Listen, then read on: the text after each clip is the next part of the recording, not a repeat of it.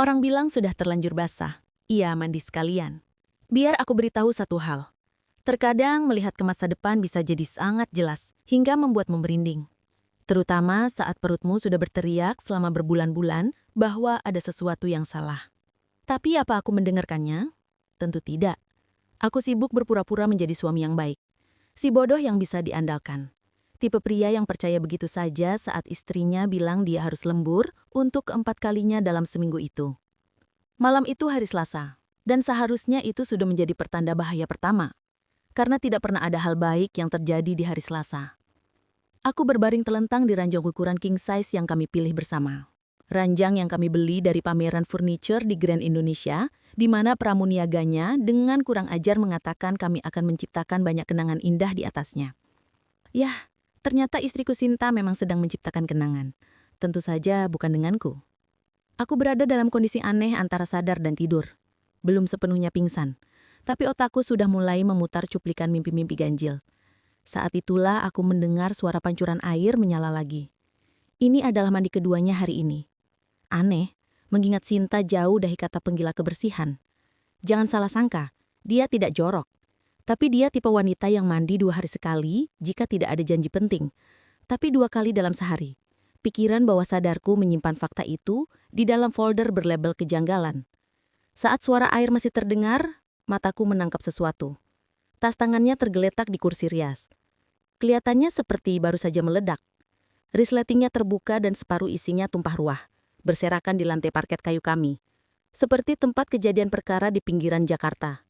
Ada lip gloss, struk belanja, ikat rambut, dan barang-barang yang sepertinya hasil borongan dari seluruh rak produk travel di Indomaret. Aku bukan tipe suami yang suka menggeledah tas istri. Itu seperti salah satu pantangan dalam pernikahan, setara dengan tidak menurunkan dudukan toilet atau melupakan hari jadi. Tapi pemandangan berantakan itu menggangguku, dan aku memutuskan untuk menjadi suami yang baik dan membereskannya sebelum dia keluar dan memulai sesi bersih-bersih tengah malam karena stres. Dia kadang-kadang begitu saat pekerjaan sedang menggila. Jadi di sanalah aku berlagak seperti orang Samaria yang baik hati, memunguti permen tolak angin dan penyegar nafas sambil bertanya-tanya mengapa wanita butuh 17 produk bibir yang semuanya terlihat sama. Saat itulah tanganku menyentuh sesuatu yang tidak termasuk dalam kategori barang istri pada umumnya. Benda itu kecil, dingin saat disentuh, dengan nuansa logam yang terasa mahal, ramping, dan punya tujuan yang jelas. Aku menariknya keluar dan mengamatinya di bawah cahaya lampu tidur. Sebuah tabung perak panjangnya sekitar 10 cm. Desainnya minimalis. Seolah-olah Apple memutuskan untuk masuk ke bisnis pelumas pribadi. Seluruh permukaannya dipenuhi tulisan Jepang. Huruf kanji hitam tebal di atas logam perak kelihatan mahal. Bukan sesuatu yang bisa kau ambil sambil lalu saat membeli susu atau obat flu di apotek lokal. Pikiran pertamaku, ini produk medis. Mungkin dia punya masalah kesehatan yang terlalu memalukan untuk dibicarakan. Masalah kewanitaan bisa jadi rumit, dan Sinta tidak pandai membicarakan topik yang tidak nyaman.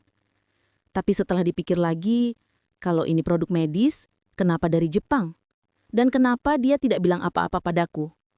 Rasa penasaran membunuh kucing, kata pepatah. Aku meraih ponselku, membuka kamera, dan memindai teksnya. Google Translate adalah anugerah terindah pada pukul 11:30 malam saat kau duduk di kamarmu dan meragukan semua yang kau ketahui tentang pernikahanmu.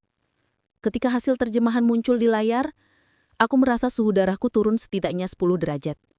Pelumas pria premium. Formula tahan lama. Pelumas pria. Bukan untuk wanita. Bukan untuk pasangan. Untuk pria. Dan ini bukan barang baru. Tabungnya sudah setengah kosong dengan tanda-tanda pemakaian yang sering. Aku memutarnya di tanganku. Kepalaku mencoba memahami benda di depanku. Tapi instingku sudah 3 langkah di depan. Meneriakkan peringatan yang tidak ingin ku dengar. Istriku tidak pernah membeli barang seperti ini untuk kami. Sialan. Kami bahkan jarang menggunakan pelumas biasa. Kalaupun pakai, itu produk standar dari apotek yang botolnya mirip botol obat. Benda ini kelihatannya lebih mahal dari anggaran belanja mingguan kami. Dan jelas bukan sesuatu yang dia beli untuk aktivitas ranjang kami. Aku menatap tabung itu dengan tatapan kosong. Seolah-olah benda itu akan menumbuhkan kaki dan menjelaskan dirinya sendiri. Mungkin ada penjelasan logis. Hadiah iseng untuk pesta bujangan seorang teman? Atau barang milik temannya yang tidak sengaja masuk ke tasnya? Atau mungkin aku terlalu banyak menonton mata Najwa belakangan ini dan jadi paranoid. Tapi kemudian mataku tertuju pada tabletnya. Dia meninggalkannya begitu saja di meja kerja setelah mengerjakan slide presentasi tadi. Layarnya masih menyala, menampilkan layar utama dengan folder-folder aplikasi yang tertata rapi, yang selalu dia banggakan. Setiap folder punya nama yang lucu. Hiburan, alat kerja, belanja bulanan. Tunggu, belanja bulanan. Aku belum pernah melihat Sinta menggunakan aplikasi belanja. Wanita yang selalu memaksaku pergi ke 3 supermarket berbeda karena setiap barang harus dari merek bagus tiba-tiba membuat folder belanja di tabletnya. Rasanya seperti menemukan teman veganmu menyembunyikan burger di tasnya. Tanganku gemetar saat mengetuk folder itu. Di dalamnya ada satu aplikasi yang belum pernah aku lihat. Sebuah platform berpesanan dengan ikon yang sengaja dibuat biasa-biasa saja. Ibu jariku melayang di atasnya selama waktu yang terasa seperti 1 jam. Meski mungkin sebenarnya hanya 30 detik. Inilah saatnya. Saat dimana aku akan tahu apakah aku hanya paranoid atau seluruh hidupku adalah sebuah kebohongan. Aku membuka aplikasi itu. Riwayat obrolan dimuat dan di paling atas ada percakapan dengan seseorang bernama Reno. Foto profilnya hanya siluet, tapi pesan-pesannya itu. Sialan, pesan-pesan itu. Nggak sabar ketemu Kamis nanti. Aku sudah pesan kamar biasa di Hotel Mulia. Bawa barang itu ya, yang perak semuanya. Jadi jauh lebih baik kalau pakai itu. Aku akan melakukan hal-hal yang suamimu tidak akan pernah bisa lakukan untukmu. Aku menggulir ke atas. Tepi penglihatanku mulai kabur saat pesan-pesan selama berminggu-minggu terungkap. Deskripsi detail tentang kamar hotel, foto-foto eksplisit yang tidak pernah ingin kulihat, dan penyebutan merek pelumas yang sama persis dengan yang kini ada di telapak tanganku yang berkeringat. Stempel waktu di setiap pesan terasa seperti pukulan telak di ulu hati. Setiap lembur di kantor, setiap janji dengan teman-temannya, setiap malam saat dia bilang, "Sayang, aku capek banget hari ini." Semuanya bohong. Pancuran air masih menyala, dan aku bisa mendengar Sinta menyenandungkan lagu pop Indonesia seolah tanpa beban. Seolah dia tidak baru saja menghancurkan seluruh pernikahan kami dengan sebuah tabung pelumas Jepang setengah pakai dan aplikasi obrolan rahasia yang disembunyikan di folder belanja palsu. Aku menatap tabung itu lagi, lalu ke pesan-pesan itu, lalu kembali ke tabung. Tanganku tidak lagi gemetar. Sebaliknya, tanganku mulai bergerak dengan kejernihan yang tidak kusangka kumiliki. Aku diam-diam berjalan ke dapur, membuka laci serba-serbi, dan mengeluarkan sebuah tabung lem super kuat industrial yang kubeli bulan lalu untuk proyek perbaikan rumah. Jika Sinta ingin bermain-main dengan pelumas impor yang mahal, maka sialan aku akan memberinya pengalaman yang tidak akan pernah dia lupakan seumur hidupnya. Akhirnya suara pancuran berhenti. Kau tahu perasaan saat menonton film horor dan ingin berteriak pada si pirang bodoh untuk tidak masuk ke ruang bawah tanah? Nah, bayangkan sekarang kaulah si pirang bodoh itu. Bedanya, alih-alih ruang bawah tanah, ini adalah pernikahanmu. Dan alih-alih pembunuh berantai, ada seorang istri selingkuh yang akan mendapatkan kejutan seumur hidupnya. Aku baru saja menyelesaikan proyek seni dan kerajinan kecilku di dapur. Sebut saja makeover rumah ekstrim edisi pelumas. Saat itulah, aku mendengar pintu kamar mandi terbuka. Jantungku berdebar mendengar suara telapak kakinya yang telanjang menapak di lantai parket kami.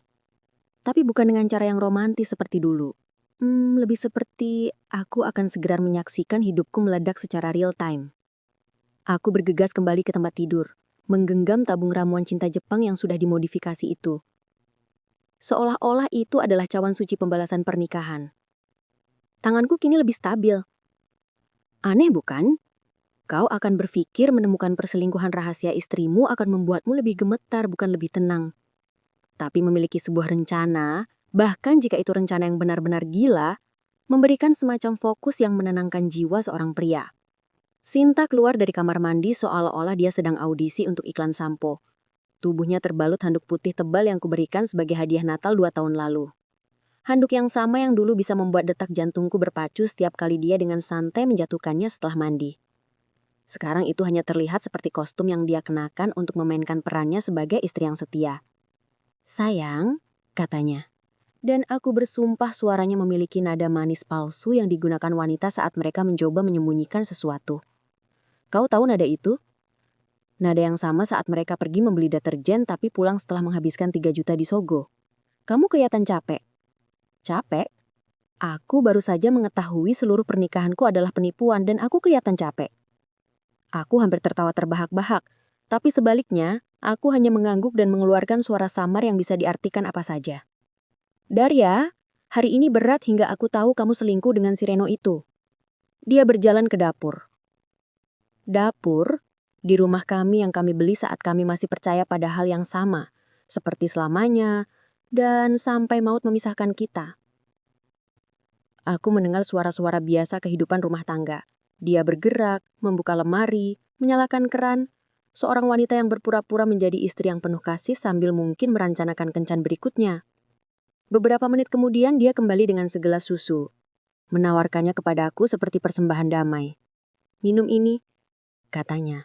"Duduk di tepi tempat tidur, biar kamu bisa tidur. Besok pagi kan ada rapat penting, kan?" Itu dia, rapat penting besok pagi. Sesuatu yang kusebutkan sambil lalu dimakan malam. Sesuatu yang dia simpan di otak kecilnya yang penuh perselingkuhan sebagai kesempatan sempurna untuk petualangan larut malam. Tidak ada yang lebih menunjukkan pasangan yang berbakti daripada membius suamimu agar kau bisa menyelinap keluar untuk kegiatan ekstrakurikuler. Aku mengambil gelas itu, mempelajari wajahnya di bawah cahaya redup. Dia terlihat begitu tulus, begitu khawatir dengan jadwal tidurku. Jika aku tidak tahu apa-apa, aku akan berpikir dia benar-benar peduli pada kesejahteraanku. Tapi sekarang, aku tahu lebih baik, bukan?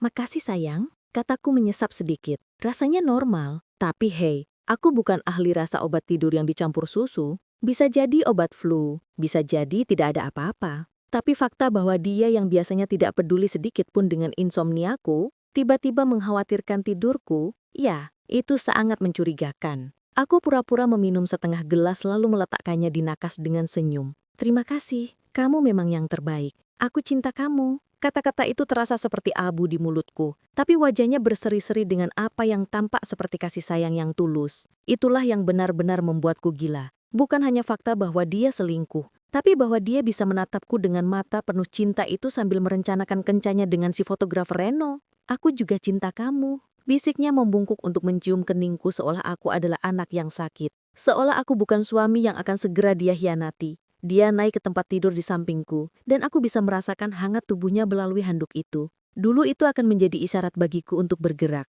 menariknya lebih dekat, menunjukkan betapa aku merindukannya selama hari yang panjang di kantor. Sekarang rasanya seperti berbaring di samping orang asing yang menghuni kulit istriku. Tidur yang nyenyak, gumamnya sudah memunggungiku. "Kamu butuh energi untuk besok." Oh, ironisnya, dia mengkhawatirkan tingkat energiku saat dia berencana membakar kalori sepanjang malam dengan tuan fotografer. Aku ingin bertanya, apakah Reno tahu dia membius suaminya atau apakah itu bagian dari permainan kecil mereka yang mesum? Tapi sebaliknya aku hanya bergumam terima kasih dan menutup mataku. 1 jam berikutnya mungkin adalah 60 menit terpanjang dalam hidupku.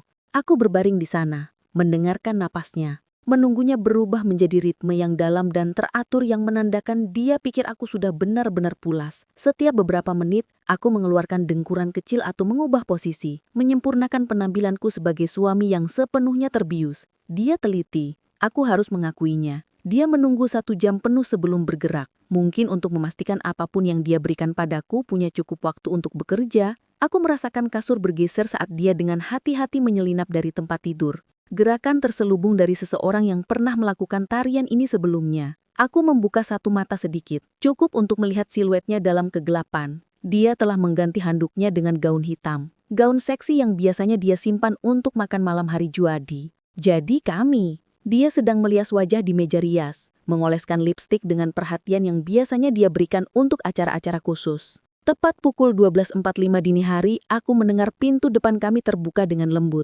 Kemudian suara-suara samar dari lorong apartemen kami. Jantungku berdebar begitu kencang, aku yakin tetangga sebelah bisa mendengarkan menembus dinding. Aku memberinya tepat 20 detik. Cukup lama baginya untuk berpikir dia aman, tapi tidak cukup lama bagi mereka untuk benar-benar pergi. Lalu, aku menyelinap dari tempat tidur, mengenakan jubah mandi dan merayap ke pintu seperti ninja dari Jakarta Selatan. Lorong itu remang-remang. Tapi aku bisa melihat mereka di ujung sana dekat lift. Sinta bersandar di dinding, dan seorang pria jangkung meletakkan tangannya di kedua sisi wajahnya, menciumnya seolah dia adalah wanita terakhir di bumi. Bahkan dari kejauhan, aku bisa tahu dia memiliki semua yang tidak aku miliki. Tinggi berotot, mungkin 10 tahun lebih muda dariku. Ya, ini pasti Reno, pria yang menurut istriku layak untuk membuang 15 tahun pernikahan. Mereka berpisah, dan aku mendengar Sinta membisikkan sesuatu yang membuat pria itu tertawa. Kemudian mereka berjalan menuju tangga, mungkin naik ke apartemennya, atau turun ke mobilnya. Apapun itu, mereka bergerak dengan langkah percaya diri dari orang-orang yang berpikir mereka baru saja melakukan kejahatan yang sempurna. Aku menunggu sampai mendengar pintu tangga tertutup. Lalu aku membuat keputusan. Kejernihan yang sama yang telah membimbingku di dapur kembali memberitahuku apa yang harus kulakukan selanjutnya. Aku akan mengikuti mereka. Lagi pula seorang pria berhak melihat apa yang akan hilang darinya, bukan? Biar ku beritahu satu hal tentang membuntuti istrimu yang selingkuh di dalam gedung apartemenmu sendiri pada dini hari. Rasanya seperti menjadi bintang utama di acara reality termenyedihkan di dunia. Mengejar pasangan selingkuh. Segera tayang di layanan streaming. Dibintangi oleh aku. Seorang suami malang yang akan mendapatkan kursi barisan depan untuk neraka pribadinya sendiri. Aku merayap di lorong seperti detektif swasta murahan bertelanjang kaki di atas karpet yang baru kami ganti tahun lalu. Hasil iuran bersama untuk perbaikan gedung. Lucu, sepertinya perbaikan bersama tidak mencangkup pencegahan tetanggamu berselingkuh dengan istrimu, tapi kurasa itu bukan masalah pemeliharaan kan? Pintu tangga masih sedikit bergoyang saat aku tiba, yang berarti mereka belum jauh. Aku menempelkan telingaku ke logam dingin itu. Mencoba mendengar langkah kaki, suara, apapun yang bisa memberitahuku ke arah mana mereka pergi. Saat itulah aku mendengarnya, bunyi gedebuk pelan dari sesuatu di atasku, diikuti oleh sesuatu yang terdengar seperti tawa terdedam. Mereka naik ke lantai 10. Menarik, karena setauku kami tidak kenal siapapun di lantai 10. Tapi ya, ternyata ada banyak hal tentang lingkaran sosial istriku yang tidak ku ketahui. Jangan tanya bagaimana aku tahu itu. Mungkin terlalu banyak menonton acara kriminal di malam-malam saat Sinta mengaku tidak punya energi untuk melakukan apapun selain tidur. Lorong lantai 4 identik dengan lantai kami. Tapi semuanya seperti bayangan cermin. Dinding krem yang sama, karpet industrial yang sama, lampu neon yang sama, yang membuat semua orang terlihat seperti penderita TBC. Suara-suara itu datang dari unit 403 tepat di atas kamar tidur kami. Sungguh ironi kosmik. Selingkuhan istriku tinggal tepat di atas kami, mungkin dia merencanakan kencan romantis berikutnya dengan pasangan setianya sambil mendengarkan kami bertengkar tentang giliran siapa yang membuang sampah.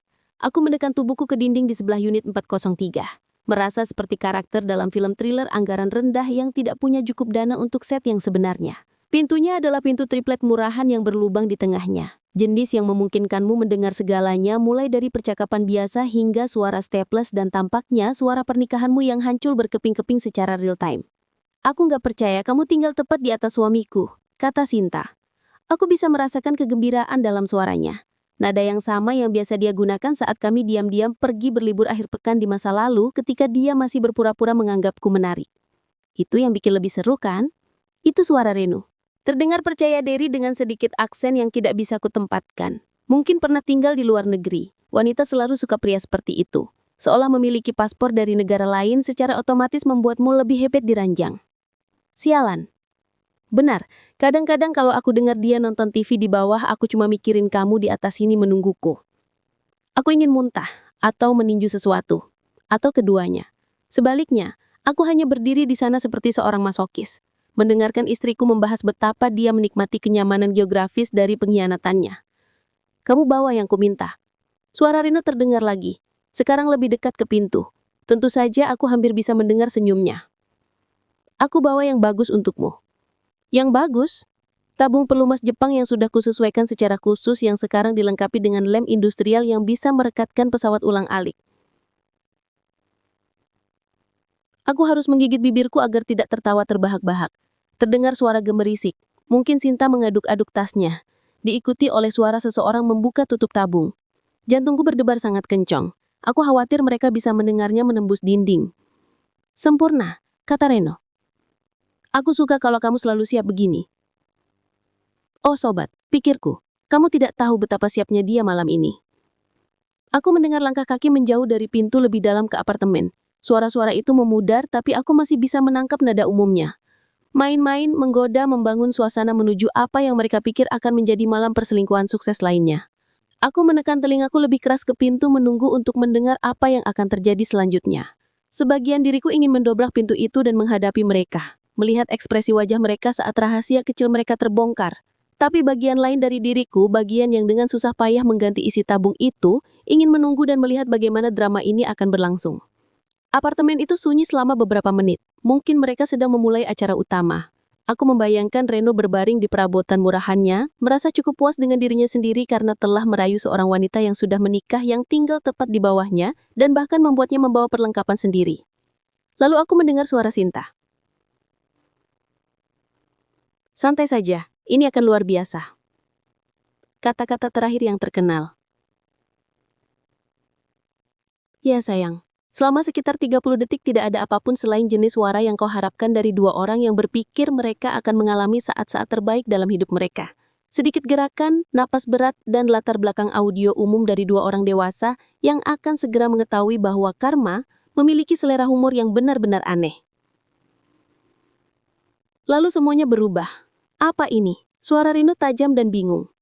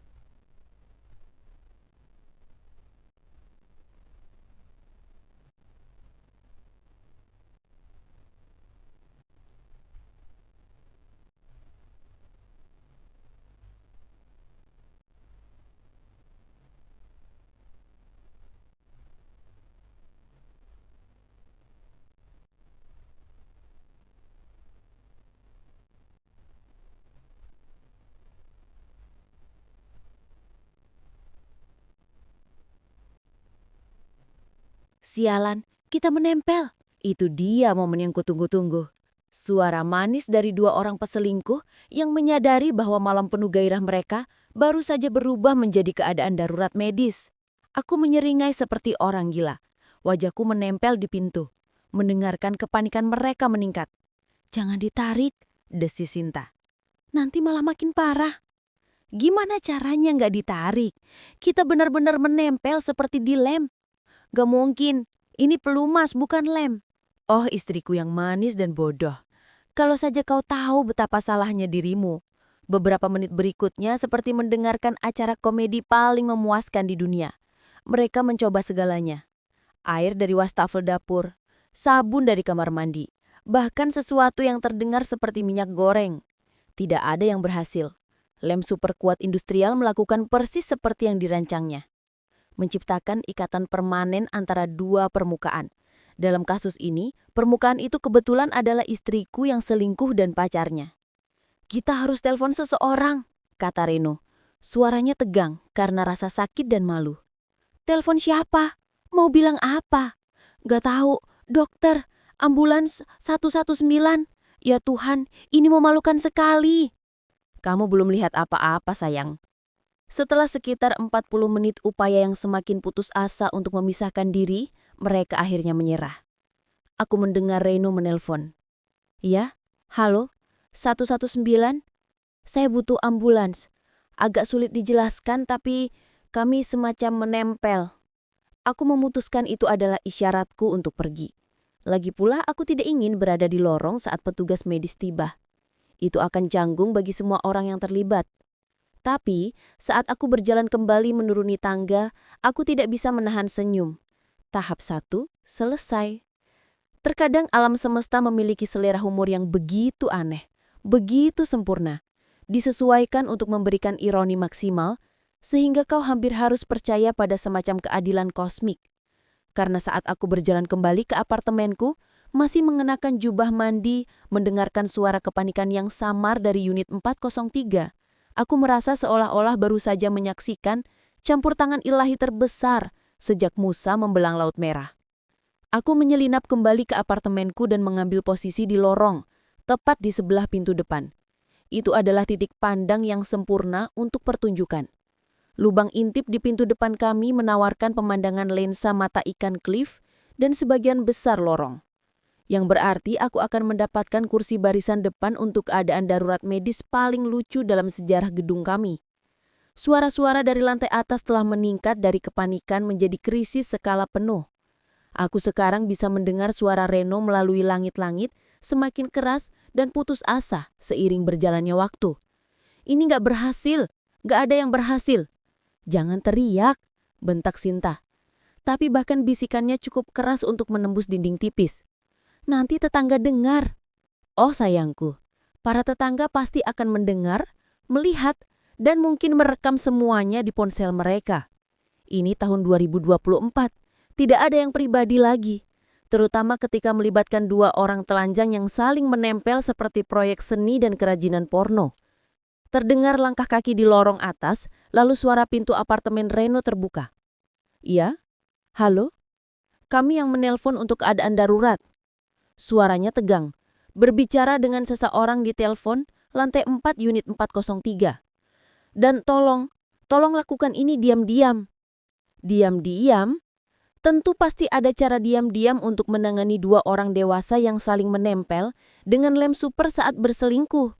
Ini akan sama diam-diamnya seperti menyalakan kembang api di perpustakaan. Sekitar 10 menit kemudian, aku mendengar lift berbunyi, diikuti oleh suara langkah kaki berat dan peralatan yang digulirkan di lorong. Petugas medis telah tiba dan mereka tidak datang dengan tangan kosong. Sekarang ada beberapa suara. Semuanya berusaha mempertahankan ketenangan profesional medis yang mereka gunakan saat berhadapan dengan situasi yang benar-benar tidak masuk akal. "Jadi kalau saya tidak salah paham," kata seorang petugas medis, suaranya dengan mudah menembus konstruksi bangunan yang murah. "Bapak dan ibu ini menempel ya?" "Itu kecelakaan," kata Reno cepat. "Pasti ada reaksi dengan produk yang kami gunakan." "Produk? Jadi itu sebutannya sekarang? Bukan pelumas yang kugunakan untuk berselingkuh dari suaminya, tapi produk. Seolah-olah mereka sedang menguji jenis sampo baru dan mengalami reaksi alergi yang tidak terduga. "Produk jenis apa, Pak?" tanya petugas medis itu. Aku bisa mendengar kegembiraan yang nyaris tidak tertahan dalam suaranya. Orang-orang ini mungkin telah melihat segalanya, tapi ini pasti akan menjadi cerita yang akan mereka ceritakan di warung kopi selama bertahun-tahun. "Pelumas pribadi," kata Sinta. Suaranya begitu pelang hingga nyaris tak terdengar. "Merek Jepang. Kami pernah menggunakannya sebelumnya tanpa masalah." "Bu, bisa tolong bicaranya lebih keras sedikit? Dan jika ibu masih punya kemasannya, saya perlu melihatnya." Terdengar suara gemerisik, lalu suara Renu. "Ini dia, tapi saya tidak mengerti apa yang salah. Ini belum pernah terjadi sebelumnya." Aku berharap bisa melihat wajah petugas medis itu saat memeriksa hasil karyaku. Dari luar tabungnya terlihat sangat normal. Wadah perak yang sama, tulisan Jepang yang sama, kemasan profesional yang sama. Hanya isinya yang telah ditingkatkan dari ramuan cinta menjadi perekat permanen. "Pak, maaf saya harus mengatakan ini, tapi ini bukan lagi pelumas. Ini lem industrial. Seseorang telah mengganti isinya." Keheningan yang mengikuti benar-benar manis. Aku hampir bisa mendengar roda gigi berputar di kepala mereka saat mereka mencoba memproses apa yang baru saja mereka dengar. Seseorang telah menyabotase perlengkapan perselingkuhan mereka. Tapi siapa? Bagaimana? Mengapa? Gak mungkin. Tabungnya tersegel. Sinta baru saja mengeluarkannya dari tasnya. "Ya, Pak, kecuali Bapak dan Ibu memutuskan untuk bereksperimen dengan bahan bangunan malam ini, seseorang jelas telah merusak ini. Pertanyaannya, siapa yang punya akses ke sana?" Oh, ironi yang lezat ini. Mereka benar-benar terjebak bersama, mencoba mencari tahu siapa yang mungkin tahu tentang rahasia kecil mereka. Aku hampir merasa kasihan pada mereka. Hampir. "Kami harus membawa Anda berdua ke rumah sakit," lanjut petugas medis. "Jenis perekat ini tidak akan lepas dengan sendirinya, dan kami akan memerlukan peralatan khusus untuk memisahkan Anda dengan aman." "Bisakan tidak menggunakan semacam pelarut atau apa?" tanya Sinta dengan pagi. "Bu, benda ini dirancang untuk merekatkan logam ke beton. Sabun dan air tidak akan mempan. Kami harus berhati-hati untuk menghindari kerusakan permanen." "Kerusakan permanen?" Kata-kata itu menggantung di udara seperti hukuman mati. Aku bertanya-tanya, apakah salah satu dari mereka memikirkan tentang kerusakan permanen kiasan yang telah mereka sebabkan? Atau mereka terlalu fokus pada kerusakan permanen harfiah yang mungkin akan mereka hadapi? "Bagaimana kita akan membawa mereka turun?" tanya suara lain. "Mereka tidak bisa berjalan ke lift dalam kondisi ini. Kita harus menggunakan tandu dan membawa mereka bersama-sama.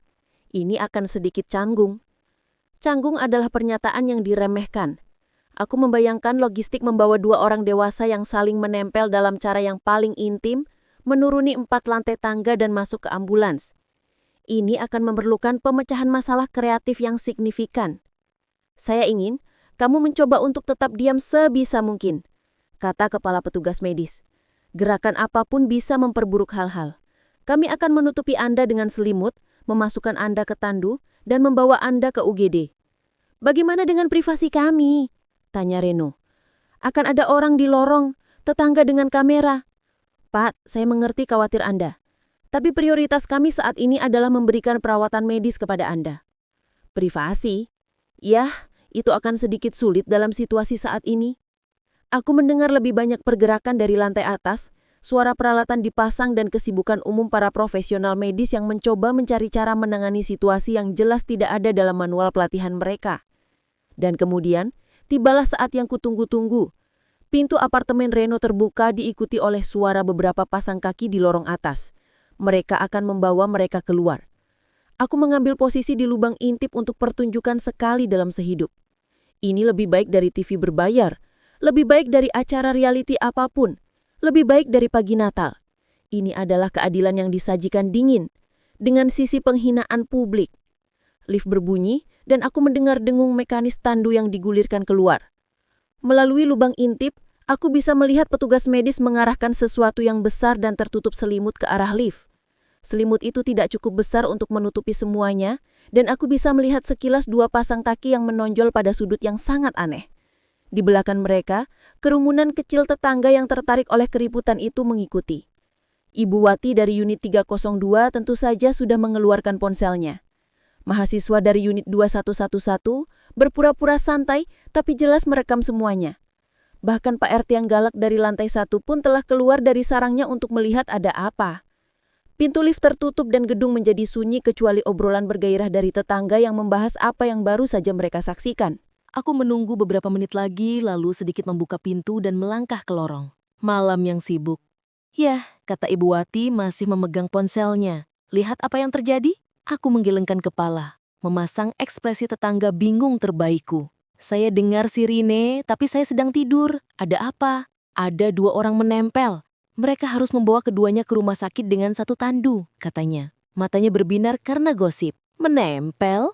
Bagaimana? Yah, katanya membungkuk seolah kami adalah konspirator. Kudengar mereka sedang, kau tahu, intim, dan ada yang salah dengan produk yang mereka gunakan. Aku mengeluarkan suara yang terdengar cukup terkejut, lalu kembali ke dalam dan menuangkan segelas besar scotch yang sangat pantas kudapatkan. Tahap 2 selesai. Pernah dengar tentang walk of shame? Yah, ternyata itu lebih seperti shuffle of shame, gerakan yang sangat hati-hati dan sangat menyakitkan yang membuatmu terlihat seperti baru saja ditabrak truk yang dikemudikan oleh karma. Ketika kau baru saja dipisahkan secara medis dari selingkuhanmu setelah kalian saling menempel seperti proyek sains yang aneh. Aku duduk di meja makan keesokan paginya, menyeruput kopi dan membaca berita di tabletku seperti suami normal yang istrinya tidak menghabiskan malam menempel pada anatomi pria lain. Saat itulah aku mendengar kunci dimasukkan ke dalam gembok. Waktu menunjukkan sekitar pukul 10.30 pagi. Jadi mereka berada di rumah sakit selama kira-kira 9 jam. 9 jam dari apa yang pastinya merupakan pengalaman medis paling memalukan dalam sejarah kedokteran darurat. Pintu terbuka perlahan. Seolah orang di sisi lain takut dengan apa yang akan mereka temukan. Atau mungkin mereka hanya bergerak dengan hati-hati karena setiap langkah terasa seperti berjalan di atas pecahan kaca. Sinta muncul lebih dulu dan sial. Dia tampak seperti baru saja melewati blender. Rambutnya berantakan. Tatanan rambut yang sempurna dari tadi malam telah digantikan oleh sesuatu yang menjerit.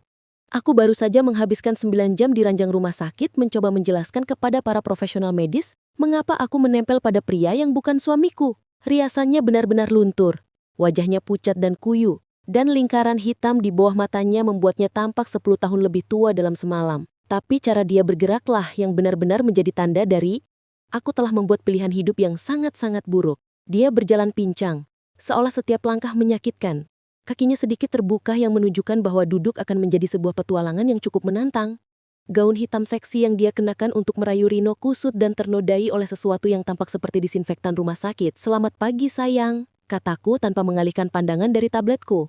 Bagaimana malammu? Pulangnya agak larut ya? Dia membeku di ambang pintu seperti rusa yang tersorot lampu depan. Mungkin mencoba mengingat kebohongan omong kosong yang telah dia siapkan selama perjalanan ambulans. Ada keadaan darurat di kantor, krisis klien. Aku harus tinggal sampai larut untuk menanganinya. Keadaan darurat? Krisis klien? Maksudku, dia tidak salah. Pasti ada keadaan darurat dan itu jelas menciptakan krisis. Hanya saja bukan jenis yang dia maksud. Oh, kasihan sekali, kataku akhirnya mengangkat kepala dengan ekspresi suami prihatin terbaikku. Kamu kelihatan lelah sekali. Dan hei, cara jalanmu agak aneh. Kamu terluka? Ekspresi wajahnya adalah sebuah Mastercard.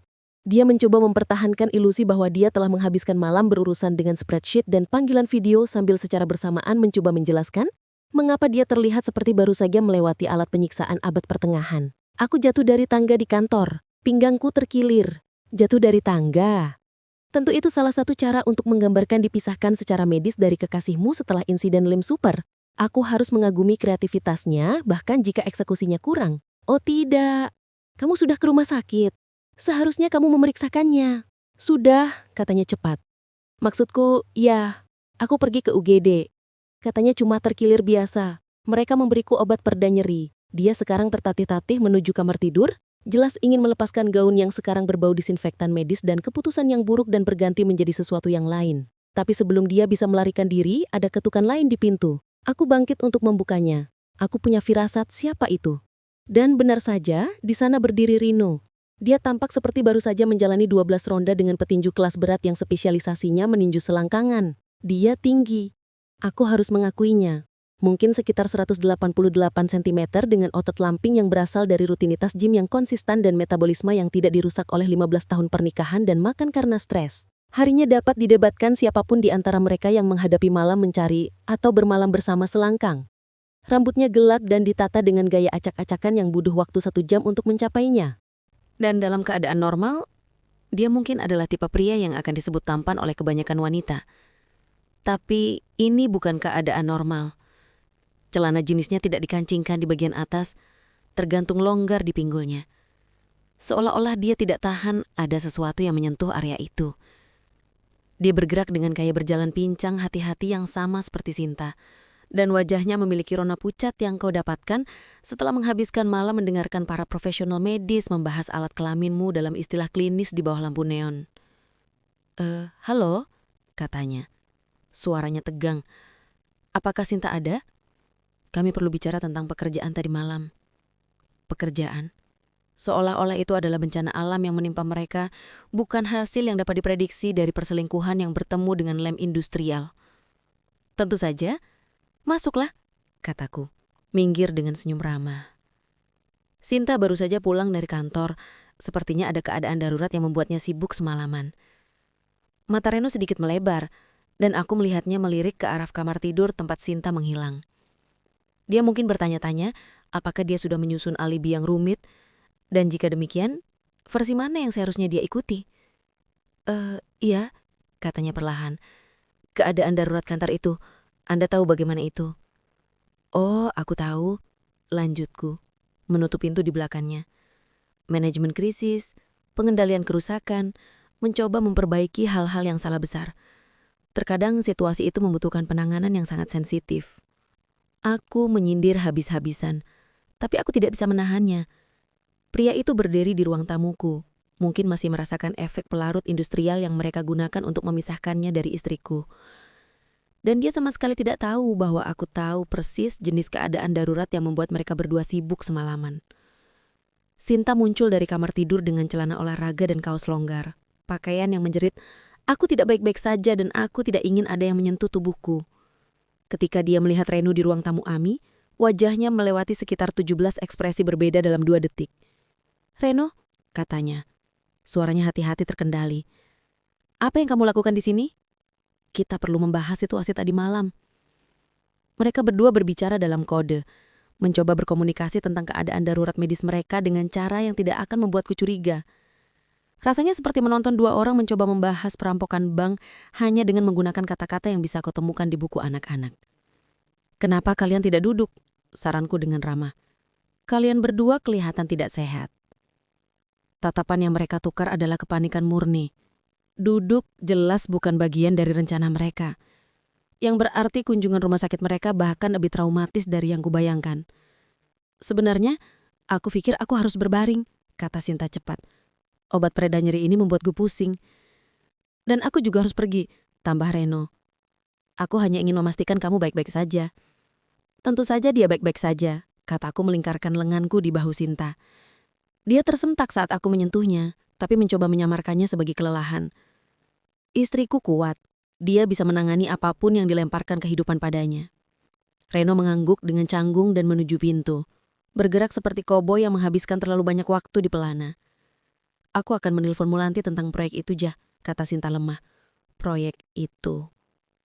Setelah dia pergi, Sinta mengerang dan merosot ke sofa, mencoba menyamarkan suaranya sebagai menguap. "Aku pikir aku sakit," katanya. "Sebaiknya kamu tidur di kamar tamu malam ini. Aku tidak ingin menularkan apa yang aku miliki." "Oh, aku cukup yakin apa yang dia miliki tidak menular. Kecuali jika kebodohan dan perselingkuhan adalah penyakit menular. Meskipun kalau dipikir-pikir itu akan menjelaskan banyak hal tentang perilaku manusia." "Tentu saja sayang," kataku mengambilkannya segelas air. "Kamu istirahat saja. Aku akan mengurus semuanya." Dan aku memang akan melakukannya. Tahap 3 akan segera dimulai. Mereka bilang balas dendam adalah hidangan yang paling enak disajikan dingin, tapi aku selalu lebih suka menyajikannya panas membara dengan sisi penghinaan publik. Selain itu, ketika istrimu yang selingkuh sudah berjalan seperti baru saja ditendang oleh kuda, apa salahnya menambahkan sedikit bumbu pada proses pemulihannya? Aku memainkan peran suami yang berbakti sepanjang sore itu. Itu adalah penampilan pemenang Oscar yang akan membuat Meryl Streep menangis. Aku membawakan Sinta bantal, mengatur termostat, dan bertanya setiap 20 menit apakah dia butuh sesuatu. Bertingkah seperti pria yang paling khawatir di dunia tentang cedera misterius istrinya yang berhubungan dengan pekerjaan. Dia memanfaatkannya habis-habisan. Tentu saja setiap gerakan disertai dengan ringisan, setiap perubahan posisi dengan napas dramatis. Dan dia mengembangkan rengingan kecil menyedihkan yang dia gunakan ketika dia pikir aku tidak melihat langsung. Rasanya seperti menonton pertunjukan satu orang istri yang menderita yang diperankan oleh seseorang yang belum pernah mengalami rasa sakit yang nyata, tapi telah menonton banyak sinetron. Aku rasa aku harus makan sesuatu, katanya sekitar pukul 5 sore dari posisinya terbaring di sofa seperti putri yang terluka. Tapi perutku sangat sensitif sekarang. Ada yang ringan? Oh, perutnya sensitif. Menarik. Aku bertanya-tanya apakah itu ada hubungannya dengan stres, menghabiskan 9 jam di rumah sakit, menjelaskan kepada para profesional medis mengapa kau terhubung secara anatomis dengan pria yang bukan suamimu. Atau hanya efek samping dari obat pereda nyeri yang mereka berikan padanya. Tentu saja sayang, kataku, sudah menuju ke dapur. Aku akan membuatkanmu sesuatu yang istimewa. Kamu istirahat saja. Sesuatu yang istimewa. Memang, aku telah merancang makanan ini sejak saat dia berjalan pincang melewati pintu depan. Serangan yang diatur dengan hati-hati pada sistem pencernaannya yang sudah terganggu ini akan menjadi simfoni bumbu. Aku mulai dengan sate kambing. Tapi ini bukan sate biasa. Aku merendam dagingnya dengan bumbu yang akan membuat cabai jalapeno mengajukan tuntutan. Bubuk cabai hantu ubar, serpihan Carolina Reaper, saus habanero dan cukup banyak capsaicin untuk mengelupas cat. Untuk tekstur, aku tambahkan beberapa cabai rawit Thailand dan sedikit pasta wasabi. Kenapa tidak? Sementara kambing itu menyerap panas 1000 suruh matahari, aku beralih ke udang bawang putih. Aku suka bawang putih sama seperti orang lain, tapi ini adalah bawang putih dengan tujuan. Di mana resep normal akan menggunakan 2 siung, aku menggunakan sekitar 10. Ditambah bawang putih, garang bawang, dan beberapa bawang hitam yang aku simpan untuk acara spesial. Udang-udang itu berenang dalam bawang putih yang cukup untuk mengusir setiap vampir dalam radius 5 blok. Tapi puncaknya adalah kepiting saus padang. Aku memesannya dari restoran Singapura di pusat kota yang mengiklankan panas vulkanik otentik mereka dan membuatku menandatangani surat pernyataan sebelum mereka menyajikan hidangan terpedas mereka. Ini bukan cuma makanan, ini adalah pengalaman bersantap bersenjata yang seharusnya datang dengan pemadam apinya sendiri. Baunya enak dari sini, panggil Sinta dari ruang tamu. Suaranya masih mempertahankan nada terluka menyedihkan itu. Kamu masak apa? Hanya beberapa makanan favoritmu, jawabku sambil menyeringi. Menyata itu di atas piring, yang pantas untuk restoran bintang 5.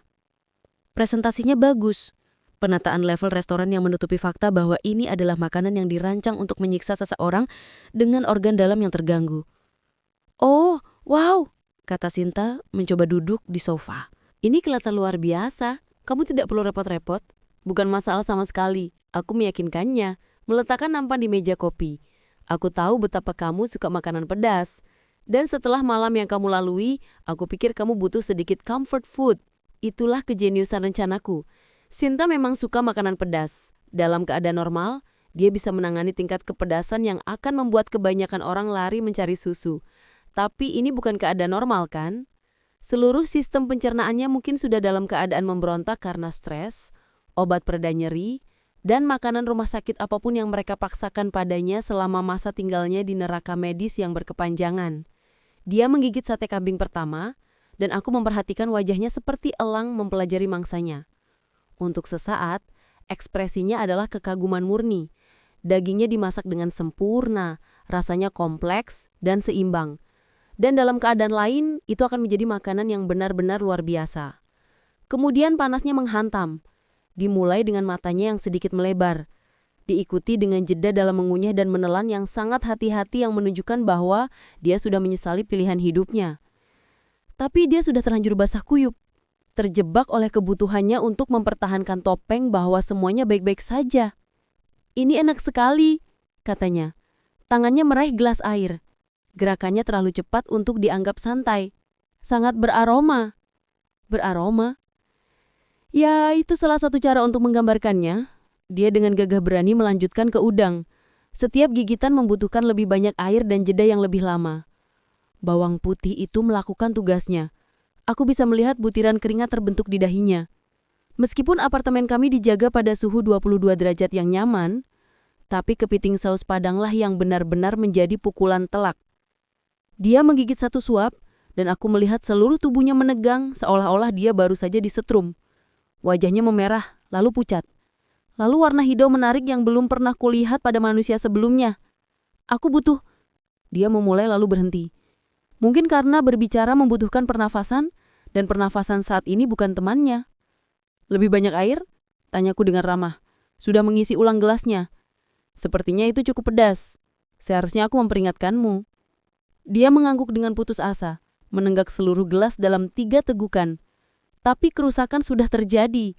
Aku hampir bisa melihat panasnya menyebar melalui sistemnya. Menggosok garam ke luka di area yang sudah sensitif oleh petualangan medisnya. Aku pikir aku harus berbaring, katanya lemah. Kurasa obat pereda nyeri itu bereaksi dengan makanannya. Tentu saja, kataku dengan segala kekhawatiran dan simpati. Sebaiknya kamu istirahat, aku akan membereskan ini.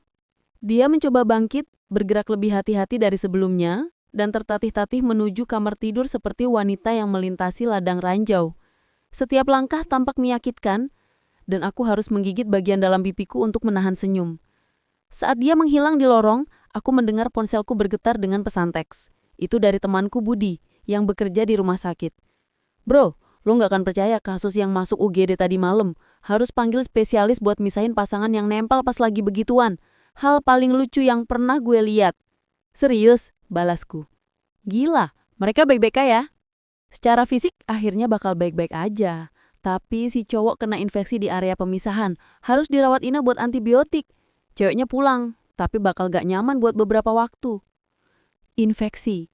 Situasi Reno baru saja menjadi lebih buruk, yang berarti tahap 3 akan jauh lebih efektif dari yang kuharapkan. Aku selesai membersihkan dapur dan menyiapkan kejutan berikutnya. Tersembunyi di lemari obat kami, di belakang aspirin dan plester, ada sebuah tabung salep pemulihan. Sesuatu yang pasti akan dibutuhkan Sinta dalam beberapa hari ke depan. Itu adalah produk yang tampak sangat polos, dirancang untuk menenangkan kulit yang teriritasi dan mempercepat penyembuhan. Itu juga akan digantikan oleh sesuatu yang akan mengubah proses pemulihannya menjadi tingkat neraka yang sama sekali baru. Aku membuka tutupnya, mengosongkan isinya ke wastafel, dan mengisi ulang tabung itu dengan krim capsaicin yang jenis digunakan untuk nyeri artritis. Bahan aktif yang sama yang membuat semprotan merica begitu efektif. Kelihatannya persis seperti salep asli, warna yang sama, tekstur yang sama, tapi ketika Sinta mengoleskannya ke area sensitifnya besok pagi, dia akan menemukan bahwa beberapa kesalahan memiliki konsekuensi yang terus memberi. Aku meletakkan tabung itu kembali persis di tempatnya dan pergi tidur. Tahap 3 siap diluncurkan. Tahu momen dalam film horor ketika korban akhirnya menyadari bahwa apa yang mereka alami bukanlah serangkaian kecelakaan acak, tapi terkait dengan seseorang yang telah merencanakan kehancuran mereka sejak awal? Nah, aku mendapat kesempatan untuk menyaksikan momen itu terjadi secara real time. Dan biar ku bila tahu, itu lebih memuaskan daripada segelas scotch yang menua dengan sempurna di malam dingin. Dimulai sekitar pukul 6 pagi, dengan jeritan yang bisa membangunkan orang yang mati. Bukan jeritan sembarangan.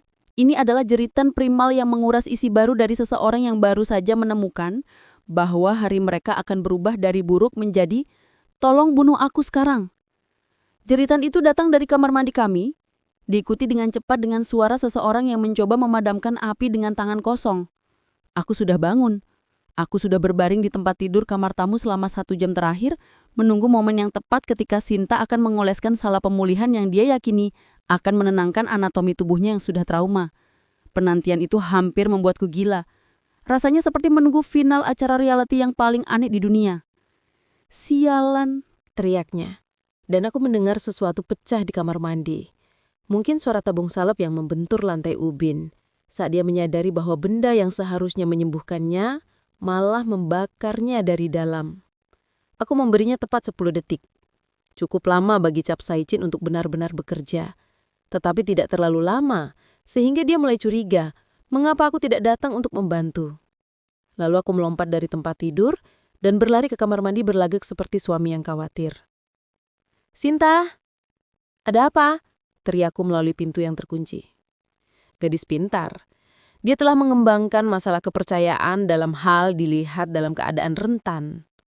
Heran kenapa obatnya ada yang salah, serunya di sela-sela suara yang terdengar seperti hiperventilasi. "Terbakar ya Tuhan, terbakar. Obat apa?" "Salep dari rumah sakit." Aku tidak tahu, buat ini berhenti. Aku bisa mendengar suara air mengalir yang berarti dia mungkin mencoba membilas krim itu. Sayangnya baginya, kapsain berbasis minyak. Jadi air hanya akan menyebarkannya. Itu seperti mencoba memadamkan api minyak dengan selang taman. Itu hanya akan memperburuk masalah. Sayang, buka pintunya, biar ku bantu. Gemboknya berbunyi klik, dan pintu terbuka untuk menampakkan pemandangan yang akan menjadi lucu jika tidak diatur dengan begitu sempurna. Sinta membungkuk di atas wastafel, menyiramkan air ke dirinya sendiri dengan keputusasaan seseorang yang mencoba melarikan diri dari neraka. Wajahnya merah dan berlinang air mata, rambutnya basah kuyup, dan dia mengeluarkan suara rengekan kecil yang akan membuatku patah hati jika aku masih punya perasaan padanya. Nggak bisa berhenti, isaknya. Rasa terbakarnya nggak hilang-hilang. Ada yang salah dengan tabung itu. Aku melihat tabung yang jatuh di lantai, hasil karyaku yang berserakan di ubin kamar mandi.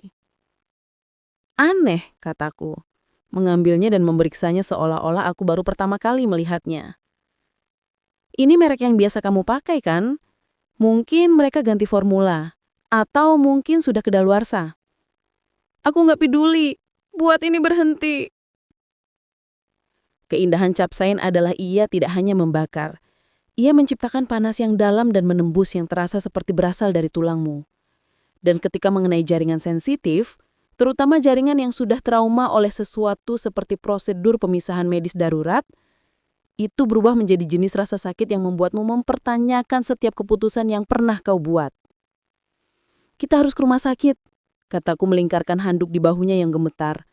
Ini tidak normal. Bisa jadi reaksi alergi atau semacamnya. Aku tidak bisa kembali ke sana, bisiknya. Tidak akan pernah. Tidak setelah tadi malam. Itu dia pengakuan bahwa tadi malam adalah lebih dari sekedar keadaan darurat kerja. Dia begitu fokus pada sensasi terbakar di antara kakinya, sehingga dia lengah dan mengungkapkan bahwa dia punya alasan untuk menghindari rumah sakit di luar rasa malu biasa.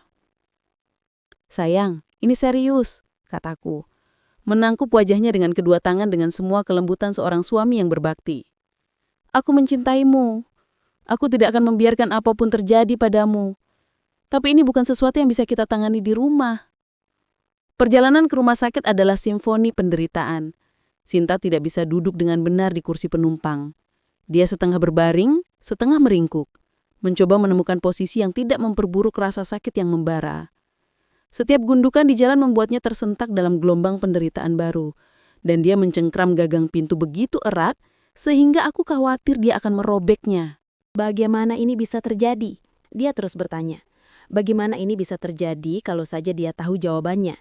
Kalau saja dia mengerti bahwa setiap ons penderitaan yang dia alami adalah akibat langsung dari pilihan yang dia buat, kebohongan yang dia katakan, dan kepercayaan yang dia hancurkan.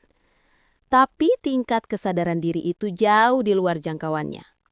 Saat ini kami berhenti di depan pintu masuk UGD, tempat yang sama di mana kurang dari 12 jam yang lalu dia dibawa keluar terikat pada kekasihnya seperti kembar siam porno. Ironi itu tidak luput dariku, dan aku harus menahan senyum saat membantunya keluar dari mobil. Perawat triase melirik kondisi Sinta sekali dan segera menempatkannya di ruang pribadi. Menjadi pelanggan tetap jelas memiliki keuntungan, terutama ketika kunjunganmu sebelumnya melibatkan pemisahan secara medis dari seseorang yang bukan pasanganmu. Dr. Wijoyo, masuk dokter yang sama yang mengawasi prosedur pemisahan. Ekspresinya seperti seseorang yang mengalami minggu paling aneh dalam karir medisnya, atau telah memasuki alam semesta alternatif di mana kehidupan seks orang-orang telah menyatakan perang terhadap anatomi dasar. Ibu Sinta, katanya, melirik rekam medisnya. Kembali lagi begitu cepat? Ada masalah? Sinta mencoba menjelaskan tentang salep, rasa sakit yang membara, reaksi yang dia alami.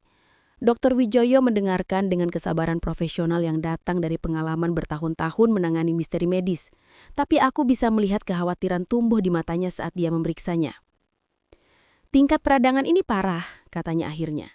Kerusakan jaringan dari prosedur kemarin ditambah dengan apa yang tampak seperti luka bakar kimia telah menciptakan situasi yang berpotensi serius. Luka bakar kimia?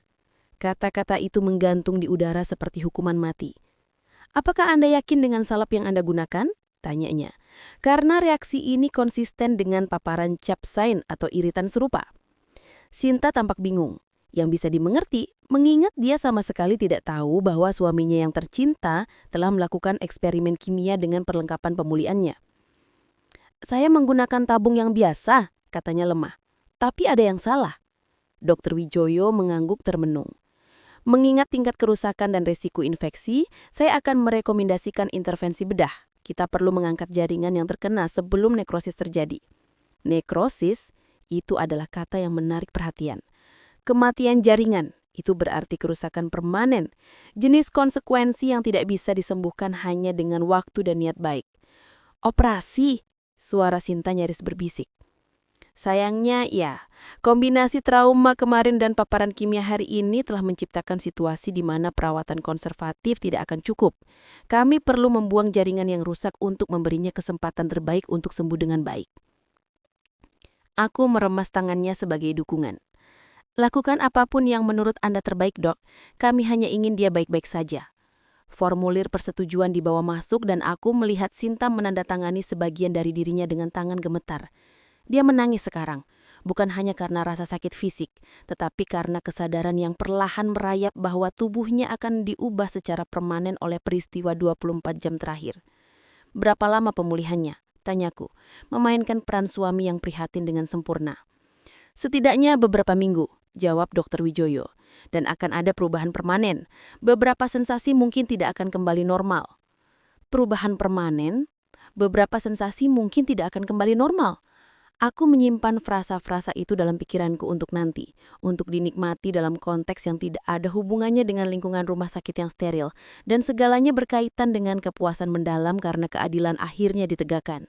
Saat mereka membawa Sinta ke ruang operasi, dia meremas tanganku untuk terakhir kalinya. Aku cinta kamu, katanya. Suaranya tebal karena obat penenang dan ketakutan. Aku juga cinta kamu, jawabku.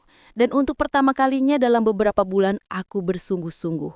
Aku mencintai versi dirinya yang ini, rapuh, menghadapi konsekuensi, dan akhirnya membayar harga untuk pengkhianatannya. Operasi berlangsung 3 jam, dan ketika Dr. Wijoyo keluar untuk berbicara denganku, ekspresinya serius. Kami berhasil mengangkat semua jaringan yang rusak, katanya. Tapi luasnya eksisi lebih besar dari yang kami perkirakan semula. Dia akan membutuhkan tindak lanjut yang ekstensif dan akan ada perubahan fungsional permanen. Aku mengangguk dengan sungguh-sungguh, seperti suami yang berbakti menerima berita mengejutkan tentang istri tercintanya. Di dalam hati, aku sudah merencanakan tahap 4. Ada sesuatu yang sangat puitis dalam menyerahkan surat cerai pada istrimu yang selingkuh saat dia terbaring di randah rumah sakit terhubung dengan infus, pulih dari operasi untuk mengangkat bagian tubuhnya sebagai akibat langsung dari perselingkuhannya. Rasanya seolah-olah alam semesta akhirnya memutuskan untuk berintervensi dan menulis akhir yang sempurna untuk kisah cinta yang benar-benar buruk. Aku menghabiskan pagi itu di kantor pengacara menyelesaikan dokumen. Itu adalah dokumen yang disiapkan dengan perhatian cermat yang akan membuat pengrajin jam tangan Swiss menangis iri.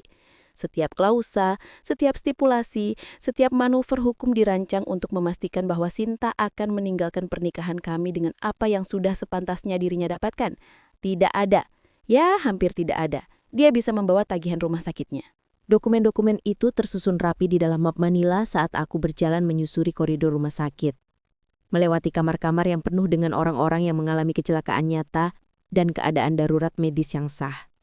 Tidak seperti istriku yang saat ini mengalami konsekuensi jangka panjang dari pengambilan keputusan yang buruk dan lem industrial. Kamar 347 adalah kamar pribadi. Sesuatu yang secara khusus kuminta dan kubayar sendiri. Anggap saja sebagai gestur kebaikan.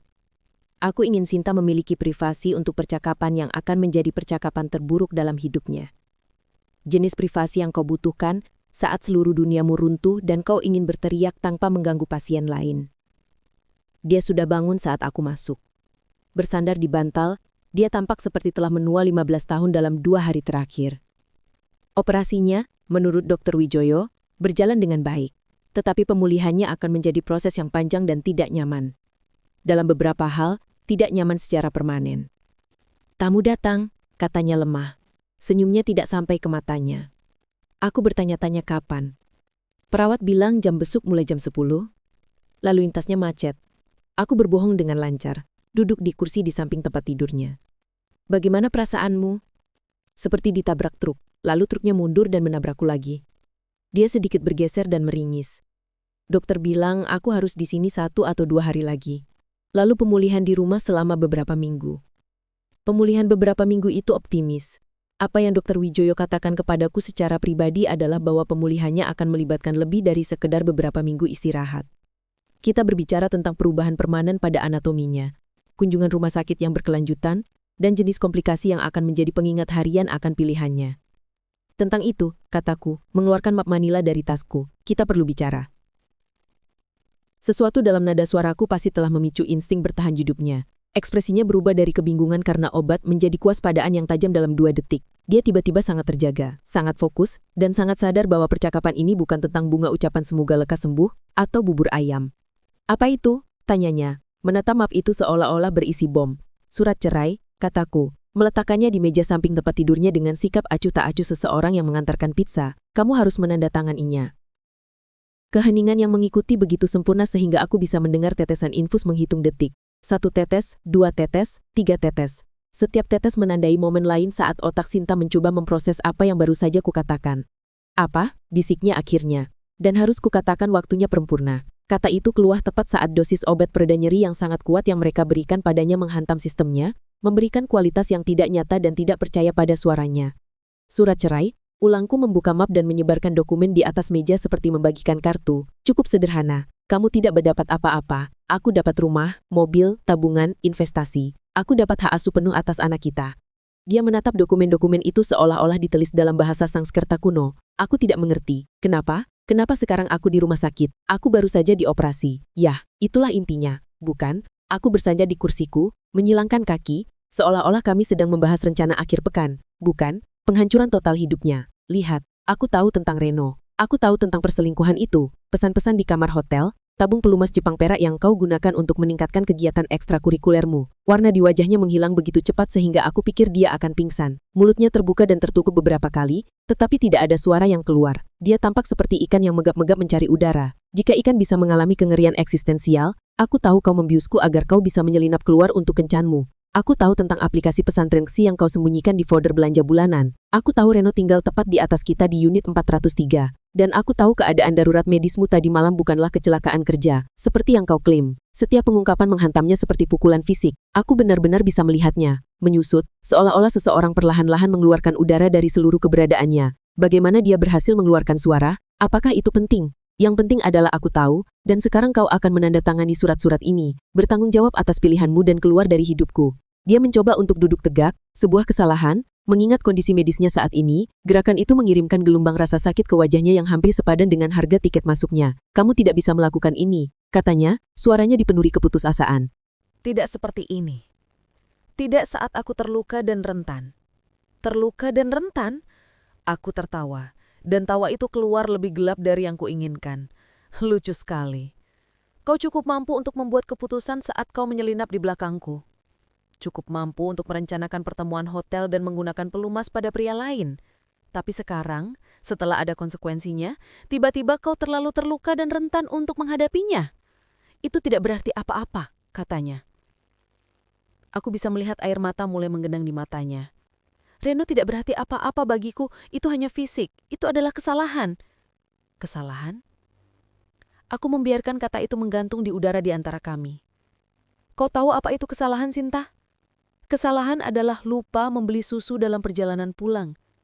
Kesalahan adalah membuat janji makan malam ganda. Apa yang kau lakukan adalah serangkaian pilihan yang disengaja selama berbulan-bulan, bahkan bertahun-tahun. Masing-masing dirancung untuk mengkhianati kepercayaan pria yang mencintaimu. Air mata sekarang mengalir bebas, dan dia mengeluarkan isakan kecil yang orang buat saat mereka mencoba menangis tanpa suara. Dalam keadaan lain, aku mungkin akan merasa kasihan padanya. Tapi ini bukan keadaan lain. Tolong, bisiknya. Kita bisa melewati ini. Kita bisa pergi ke konseling. Aku akan melakukan apa saja untuk memperbaikinya, apa saja. Aku mencondongkan tubuh ke depan. Benar-benar penasaran. Bisakah kau menghapus perselingkuhan itu? Bisakah kau memberiku kembali malam-malam yang kuhabiskan sendirian sementara kau bersama dia? Bisakah kau membatalkan kebohongan, penipuan, penghancuran total dari semua yang telah kita bangun bersama? Dia membuka mulutnya untuk menjawab, tapi aku mengangkat tangan untuk menghentikannya. Karena jika kau tidak bisa melakukan semua itu, dan kita berdua tahu kau tidak bisa, maka tidak ada yang perlu dilewati. Yang ada hanyalah penyelesaian. Aku bangkit dan memindahkan dokumen lebih dekat ke tempat tidurnya. Tanda tangani Sinta. Terima bahwa ini sudah berakhir, dan cobalah untuk mempertahankan sedikit martabat tentang bagaimana ini berakhir. Dia menatap dokumen itu untuk waktu yang lama, lalu menatapku dengan sesuatu yang mungkin adalah harapan di matanya. Anak kita, kau tidak bisa mengambil anak kita dari ibunya. Lihat saja aku. Aku mengeluarkan ponselku dan menunjukkan layarnya padanya. Aku punya video kau dan Reno dibawa keluar dari gedung dengan tandu yang sama. Aku punya tangkapan layar dari riwayat pesanmu. Aku punya bukti kau membiusku. Oh ya, aku menguji susu itu. Zolpidem, kalau kau penasaran. Wajahnya memucat lagi. Tapi kali ini ada sesuatu yang tampak seperti ketakutan sejati yang tercampur. Setiap perebutan hak asuh akan melibatkan banyak pertanyaan tidak nyaman tentang penilaianmu, gaya hidupmu, dan kelayakanmu sebagai orang tua. Apakah kau benar-benar ingin menempuh jalan itu? Dia meraih dokumen-dokumen itu dengan tangan gemetar dan merobeknya menjadi dua. Aku tidak akan menandatangani apapun, katanya. Dan untuk sesaat ada kilasan Sinta yang lama, pembangkang, keras kepala, yakin dia bisa melawan jalan keluar dari situasi apapun. Kau ingin cerai? Baiklah, tapi aku tidak akan hanya duduk dan membiarkanmu mengambil semuanya. Aku tersenyum dan mengeluarkan set dokumen lain dari tasku. Aku harap kau akan mengatakan itu. Apa itu? Rencana B. Jika kau tidak menandatangani penyelesaian yang murah hati yang tawarkan, kita akan ke pengadilan. Dan di pengadilan semua ini menjadi catatan publik. Perselingkuhan, keadaan darurat medismu, penggunaan obat, semuanya. Apakah kau benar-benar menginginkan itu? Dia menatap set dokumen kedua dan aku bisa melihat saat tepat ketika dia menyadari bahwa dia benar-benar terjebak. Tidak ada jalan keluar, tidak ada manuver hukum yang cerdik, tidak ada penyelamatan di menit-menit terakhir. Hanya kenyataan dingin dan keras dari konsekuensi yang akhirnya menyusul pilihannya. Tetapi alih-alih menerima kekalahan dengan anggun, dia melakukan sesuatu yang tidak kuduga. Dia mulai tertawa. Bukan tawa bahagia, tetapi tawa yang pecah dan histeris yang orang keluarkan ketika pikiran mereka akhirnya menyerah dan pulang. Dimulai sebagai cekikan dan tumbuh menjadi tawa terbahak-bahak yang menggema di dinding kamar rumah sakit. Kau pikir kau menang kan? Katanya terengah-engah. Kau pikir kau begitu pintar, begitu licik, tapi kau tidak tahu apa yang telah kau lakukan. Cerahkan aku. Reno tidak akan kemana-mana. Bahkan jika kita bercerai, bahkan jika kau mengambil semuanya, dia akan tetap ada. Dan ada yang lain. Kau benar-benar berpikir, dia yang pertama, kau benar-benar berpikir ini adalah insiden yang terisolasi. Kata-kata itu seperti tamparan di wajahku. Tapi aku menjaga ekspresiku tetap netral. Yang lain? Oh sayang. Katanya, suaranya sekarang murni racun. Kau tidak tahu sudah berapa lama ini berlangsung. Reno hanyalah yang terbaru, yang paling nyaman. Tapi ada yang lain, banyak sekali. Dan itulah dia. Pengungkapan terakhir yang mengubah balas dendamku yang direncanakan dengan hati-hati menjadi sesuatu yang jauh lebih komprehensif. Aku memandang istriku yang hancur, terbaring, dan akan segera menjadi mantan istriku. Dan menyadari bahwa tahap 4 akan jauh lebih luas daripada yang semula direncanakan. Kau tahu pepatah, internet tidak pernah melupa. Nah, ternyata itu terutama benar ketika istrimu yang selingkuh dan kekasihnya dibawa ke rumah sakit dalam posisi paling memalukan yang bisa dibayangkan. Dan separuh dari gedung apartemenmu memiliki ponsel pintar dengan kemampuan video HD. Ibu Wati dari unit 302 benar-benar melampaui dirinya sendiri. Wanita yang biasanya menghabiskan waktunya merekam kucing-kucingnya melakukan hal-hal biasa. Entah bagaimana berhasil menangkap seluruh adegan ambulans dalam kualitas 4K yang gemilang. Videonya adalah sebuah mahakarya sinematografi. Kebetulan menangkap segalanya mulai dari kebingungan awal para petugas medis, hingga saat mereka menyadari bahwa mereka membutuhkan tandu yang lebih besar. Dan akhirnya gambar Reno dan Sinta diusung seperti patung porno. Bagian terbaiknya adalah wajah mereka berdua terlihat jelas. Aku mendapatkan salinan dari Ibu Wati dengan dalih ingin memastikan Sinta baik-baik saja. Dia percaya karena aku telah menyempurnakan akting suami khawatir selama beberapa hari terakhir. Apa yang tidak dia ketahui adalah bahwa aku punya rencana yang jauh lebih besar untuk pembuatan film amatirnya daripada sekedar memeriksa kesejahteraan istriku. Dalam waktu 6 jam setelah mendapatkan video itu, aku telah membuat akun di setiap platform media sosial utama. TikTok, Instagram, Twitter, Facebook, Kaskus. Seluruh ekosistem digital di mana rasa malu menyebar seperti bakteri di cawan Petri. Video itu diunggah dengan keterangan yang dibuat dengan cermat yang menceritakan cukup banyak kisah untuk menjadi viral tanpa membuatku dituntut karena pencemaran nama baik. Pasangan selingkuh apes nempel permanen benar-benar menjadi judul yang menarik. Sederhana, langsung, dan dijamin membuat orang menekan tombol bagikan bahkan sebelum mereka selesai membacanya. Ternyata internet memiliki selera yang tak ada habisnya untuk melihat kehidupan orang lain meledak dengan spektakuler. Dalam 12 jam, video itu memiliki lebih dari 500 juta penayangan. Itu menjadi tren di TikTok. Pada hari ketiga ada video reaksi, klip editan, dan bahkan versi remix dengan lagu-lagu populer. Tapi keajaiban yang sebenarnya terjadi ketika orang-orang mulai mengenali mereka. Loh, itu kan Reno dari Gym Flex Fitness. Itu adalah salah satu komentar pertama yang menarik perhatianku. Ternyata Reno adalah seorang influencer kebugaran Instagram dengan pengikut yang cukup besar yang memasarkan dirinya sebagai pelatih hubungan dan guru gaya hidup. Ironisnya begitu kental hingga bisa dipotong dengan pisau. Dalam beberapa jam, seseorang telah melakukan doxing lengkap padanya, nama aslinya, gym tempatnya bekerja, akun Instagramnya, situs web bisnisnya. Semuanya dipajang untuk diperiksa dan dihakimi oleh internet. Dan mereka memang menghakimi. Gymnya memecatnya sebelum akhir minggu. Rupanya, menjadi viral karena menempel pada seorang wanita yang sudah menikah saat berselingkuh, bukanlah jenis publisitas yang mereka inginkan. Akun Instagramnya dibanjiri komentar mulai dari saran bermanfaat tentang pilihan pelumas yang lebih baik, hingga deskripsi terperinci tentang apa yang seharusnya terjadi pada pria selingkuh. Tapi penghukuman publik Reno tidak ada apa-apanya dibandingkan dengan apa yang terjadi pada Sinta. Seseorang mengenalinya dari rapat orang tua di sekolah anak kami. Orang lain mengenalnya dari klub bukunya. Orang ketiga mengenalnya dari studio yoga lokal tempat dia menjadi langganan selama bertahun-tahun. Begitu identitasnya terungkap, itu menyebar seperti api di lingkaran sosial kami. Teleponnya mulai berdering tanpa henti. Wartawan, blogger, orang asing acak di internet yang entah bagaimana mendapatkan nomornya. Dia telah membuat kesalahan dengan membiarkan semua akun media sosialnya bersifat publik, yang berarti semua orang dapat melihat kehidupan yang telah dia kurasi dengan cermat selama bertahun-tahun sebagai istri dan ibu yang sempurna. Kontras antara persona online-nya dan kenyataan yang baru saja disaksikan semua orang adalah tambang emas komedi bagi para troll internet. Mereka mulai memposting perbandingan berdampingan. Postingan Instagram Sinta yang berbunyi, "Malam kencan dengan suamiku yang luar biasa," di samping tangkapan layar video ambulans. Status Facebooknya tentang kesetiaan dan kepercayaan dalam pernikahan, di samping gambar diam dirinya yang diusung sambil menempel pada pria lain. Teman-temannya mulai menjauh satu persatu. Klub bukunya secara misterius memiliki jadwal yang bentrok setiap kali dia mencoba hadir. Studio yoga tiba-tiba tidak dapat menemukan keanggotaannya di sistem mereka.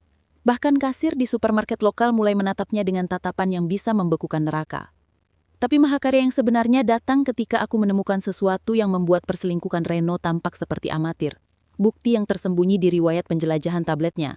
Sesuatu yang membuat darahku dingin dan memperluas rencana balas dendamku secara eksponensial.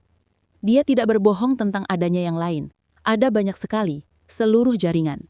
Sebenarnya sebuah kelompok pribadi yang beroperasi melalui aplikasi Trentepsi dan situs web yang didedikasikan untuk orang-orang yang sudah menikah yang mencari pertemuan rahasia. Ini bukanlah perselingkuhan biasa. Ini adalah perselingkuhan yang terorganisir dan sistematis. Dengan iuran keanggotaan, pemeriksaan latar belakang, dan acara rutin, Sinta telah menjadi anggota premium selama lebih dari 3 tahun. 3 tahun sialan. Buktinya ada di sana semua, struk hotel, konfirmasi keanggotaan, bahkan ulasan yang dia tulis tentang anggota lain. Dia telah menjalani kehidupan ganda dan aku terlalu bodoh dan terlalu percaya untuk melihatnya. Tapi sekarang aku melihat semuanya, dan yang lebih penting aku punya dokumentasi semuanya. Aku mencetak setiap bukti, menyusunnya menjadi berkas yang komprehensif dan langsung pergi ke kantor polisi. Bukan karena perselingkuhan itu ilegal, sayangnya tidak. Tapi karena jaringan itu sendiri jelas terlibat dalam beberapa kegiatan yang melanggar batas hukum. Pertama, penggelapan pajak. Iuran keanggotaan tidak dilaporkan sebagai pendapatan oleh penyelenggara. Lalu ada masalah prostitusi. Beberapa anggota membayar anggota lain untuk layanan yang menjadikan itu operasi komersial. Dan pukulan telaknya adalah beberapa anggota menggunakan kartu kredit perusahaan dan rekening pengeluaran untuk mendanai kegiatan mereka, yang berarti penggelapan dan penipuan. Inspektur Wijaya mendengarkan ceritaku dengan ekspresi seseorang yang berpikir dia telah melihat semuanya dan cepat menemukan bahwa dia salah. Ketika aku selesai menyajikan bukti, dia hanya duduk sebentar, menggelengkan kepalanya. Ini akan menjatuhkan banyak orang, katanya akhirnya. Bagus, jawabku. Memang seharusnya. Dalam seminggu, penyelidikan meluas hingga melibatkan Mabes Polri. Ternyata jaringan itu beroperasi di beberapa provinsi yang menjadikannya yurisdiksi federal. Aset dibekukan, penangkapan dilakukan, dan tiba-tiba Sinta tidak hanya menghadapi penghinaan publik, dia menghadapi tuntutan pidana potensial. Berita lokal meliput cerita itu, dan skandal kecil di lingkungan kami menjadi kisah peringatan tentang pernikahan modern dan perselingkuhan digital. Foto Sinta ada di berita malam, diidentifikasi sebagai tokoh kunci dalam jaringan perselingkuhan multiprovinsi. Dia berhenti meninggalkan rumah sama sekali, dia tidak menjawab teleponnya, tidak merespons email atau pesan teks, dia menjadi tahanan di rumah kami sendiri, takut menghadapi dunia yang sekarang tahu persis siapa dia sebenarnya. Dan Reno, dia menghilang begitu saja, meninggalkan kota, menutup akun media sosialnya, dan lenyap seolah-olah dia tidak pernah ada. Gerakan yang cerdas. Sebenarnya, internet mungkin memiliki ingatan yang panjang, tetapi mudah teralihkan jika kau menghapus dirimu dari persamaan. Tapi Sinta tidak bisa menghilang. Dia punya terlalu banyak koneksi, terlalu banyak tanggung jawab, terlalu banyak bukti yang mengikatnya pada semuanya. Dia terjebak dan dia tahu itu. Tahap 4, melampaui semua harapan. 3 minggu kemudian Reno membuat kesalahan dengan kembali. Aku sedang duduk di ruang tamuku, menikmati kopi pagi dan keheningan damai yang datang dengan memiliki rumah untuk diriku sendiri. Ketika aku mendengar teriakan yang akrab dari halaman depan, melalui jendela, aku bisa melihat Reno di teras depan kami memberi isyarat dengan liar kepada Sinta, yang menghalangi pintu seperti sedang menjaga Fort Knox, bukan lubang neraka di rumah kami. Pria itu tampak seperti telah hidup di jalanan, tidak bercukur, pakaian kusut, dan aura keputusasaan yang datang ketika seluruh hidupmu meledak di media sosial. Rupanya menghilang tidak berjalan sebaik yang diharapkannya. Internet mungkin memiliki rentang perhatian yang pendek, tetapi penagih utang dan pemilik gym yang marah memiliki ingatan yang jauh lebih panjang. "Kamu utang aku miliaran rupiah," teriaknya cukup keras untuk didengar oleh seluruh lingkungan. "Tagihan rumah sakit, pendapatan yang hilang, biaya pengacara, ini semua salahmu." Suara Sinta tajam dan pahit saat dia menjawab. "Salahku, kamu yang menyarankan kita pakai benda itu. Aku tidak memintamu membawa lem super sialan." Itu dia pengakuan yang kutunggu-tunggu. Dan yang lebih baik lagi, Ibu Wati sudah berada di balkonnya. Ponsel di tangan, mungkin sedang menyiarkan langsung seluruh kejadian itu. Beberapa orang tidak pernah belajar. Pertengkaran itu dengan cepat meningkat dari sana. Reno mendorong melewati Sinta dan masuk ke dalam rumah, dan Sinta mengikutinya. Suara mereka menembus dinding tipis saat mereka terus saling menyalahkan di dalam rumah kami secara teknis, rumahku sekarang. Setelah surat cerai akhirnya diproses, aku bisa mendengar mereka bergerak di lantai atas, mungkin di tempat yang dulunya kamar tidur kami. Suara Reno menjadi semakin keras dan agresif. Sementara Sinta membalas dengan kemarahan keji yang datang dari seseorang yang tidak punya apa-apa lagi untuk kehilangan. Lalu aku mendengar suara tamparan, suara sesuatu pecah, dan lebih banyak teriakan, diikuti dengan suara yang terdengar seperti perabotan yang dilempar. Aku menunggu tepat 5 menit lalu menelpon kontakku di kantor polisi. "Ya, Inspektur Wijaya, terjadi lagi alamat yang sama, kekerasan dalam rumah tangga, kemungkinan penyerangan, sebaiknya Anda mengirim beberapa mobil patroli." Polisi tiba tepat saat Reno terhuyung-huyung keluar dari rumah, memegangi wajahnya, seolah-olah Sinta baru saja memukulnya dengan sesuatu yang berat. Dia mengikutinya ke teras, melontarkan kata-kata kotor yang akan membuat pelaut tersipuh. Saat itulah Reno membuat kesalahan keduanya hari itu. Dia mendorongnya, Sinta jatuh dengan keras di tangga beton. Dan saat itulah para petugas memutuskan mereka sudah cukup melihat. Reno diborgol bahkan sebelum dia bisa menjelaskan bahwa dia hanya di sana untuk menagih utang. Sinta diborgol 30 detik kemudian karena mencoba menyerang petugas yang menangkap sumber uangnya. Keindahan dari penyelidikan kriminal yang sedang berlangsung adalah bahwa setiap tuduhan baru ditambahkan ke berkas kasus yang ada. Tuduhan penyerangan Reno menjadi bagian dari penyelidikan penipuan yang lebih besar. Penyerangan Sinta terhadap seorang petugas dan melawan penangkapan juga bergabung dengan tuduhan penggelapannya. Ketika debu meredah, mereka berdua menghadapi hukuman penjara yang serius. Sidang hak asuh dijadwalkan untuk minggu depan, tapi itu hanya formalitas.